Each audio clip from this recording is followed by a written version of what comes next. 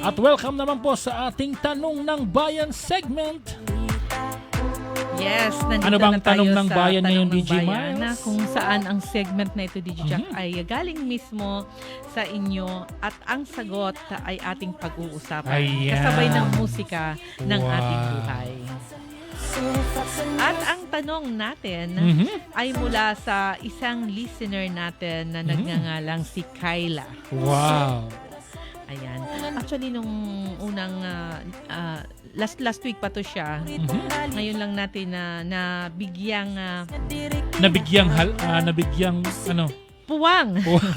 Nagkaroon ng time. Yeah. Kasi maraming nagme-message sa atin na at nila-line up natin kung ano ang i-feature natin. Ayan. Ano bang tanong ni Kyla, DJ Miles? Ayan, sabi niya, DJ Miles, paano mo daw malalaman kung totoo ang pag-ibig Ayan. o baka nadadala lang sa emosyon? Medyo may kahirapan ang tanong. Parang mahirap nga yun ah. Ikaw, DJ Jack, paano mo ba malalaman na Kaya, totoo ang pag-ibig? Mag-isip-isip. Isa, dalawa, tatlo.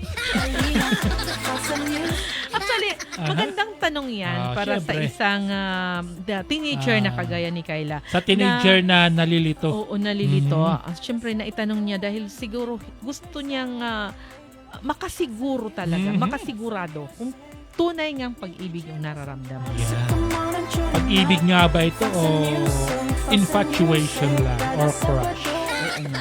Pero alam mo, para naman sa akin, Sige. malalaman mong totoo ang pag-ibig. Love advisor to si DJ Miles eh. Talaga ba? Parang malalaman mo kung totoo ang pag-ibig kapag hindi lang kilig ang nararamdaman. Wow. Huwag puro kilig, kundi kapayapaan. Yan. Dapat nakakaramdam ka Kaya ng ipaglaban kapayapaan. natin ang pag-ibig para magkaroon ng kayapayapaan. Ano ba? Pakiulit. Kapayapaan. Ayan. Perfect. Yung kahit walang magarbong salita, alam mong ikaw ay mahalaga. Kasabot ko kirola. Dapat maramdaman mo yun na. Kasi yung iba, di ba, nadadala lang sa mga magagarbong pananalita na ay bibigay ko sa iyo ang bituin, maging ang langit. Sana all. Kahit walang ganern, kahit walang mga... Tapos hiningan ng Pero- Lord, hindi makapagbigay. Pero Charot. mararamdaman mo naman talaga yun. Mararamdaman mo naman talaga, mga good vibes, kung mahalaga ka sa isang tao. Dahil ang tunay na pag-ibig ay hindi lang sa salita, kundi sa Sa gawa. gawa. Action speaks louder. May nakita nakilala than words. akong sangkay nasa yung Manila. Love ko kuno ikaw. Sige daw, tagi daw ako Gcash. Alahan naliwa. Dahil latad ko. Alabulag kita bulag. Puro vlog tayo.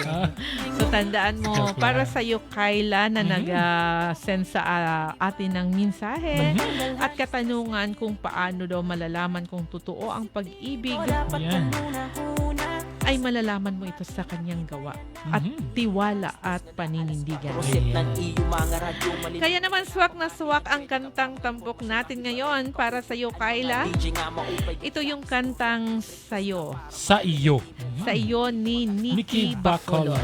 Isang awitin ng katapatan at pagmamahal na walang hangganan.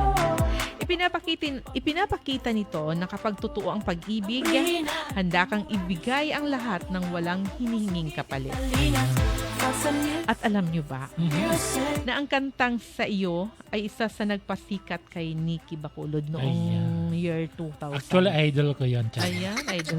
Idol mo rin pala. Bakit pareho tayo ng idol?